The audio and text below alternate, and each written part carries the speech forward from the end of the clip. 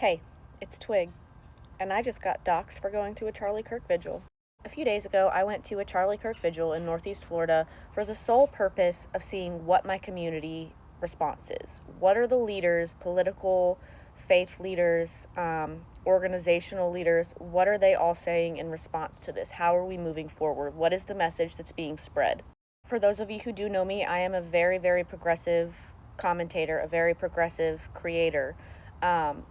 With that being said, and with me being honest about that with myself, I went into this Charlie Kirk vigil silently. I did not engage with anybody. I did not speak to anybody. I did not ask any questions.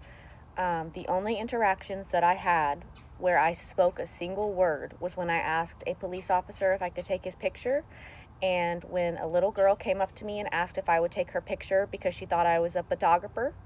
And I said, I would love to take your picture as long as your mom says it's okay. And she asked her mother, who then said it was okay, and I exchanged photos with her. That was the extent of my interactions at this Charlie Kirk vigil.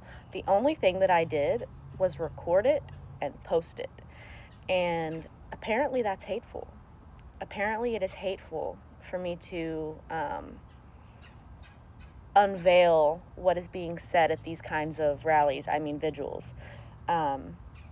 Apparently it is hateful for me to say that it is divisive to bring up trans people and Islamic people at a vigil for Charlie Kirk. Apparently that's hateful for me to not understand the correlation that's needed to spew false information about trans people and false information about Islamic people at a vigil for a white man named Charlie Kirk. Apparently that's hateful. That's neither here nor there, I guess. Yeah.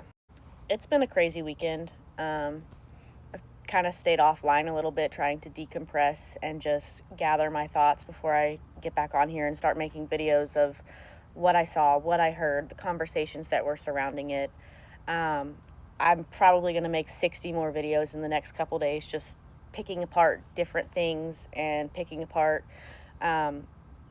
different speakers and their speeches and what it means and the interpretation that it can give to not only those from the right, but people who, like myself, consider themselves to be more progressive. What is the perception that those kinds of speeches give to the rest of America?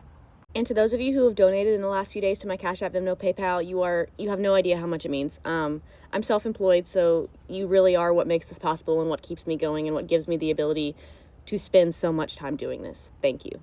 They can dox me, but they're not going to shut me up.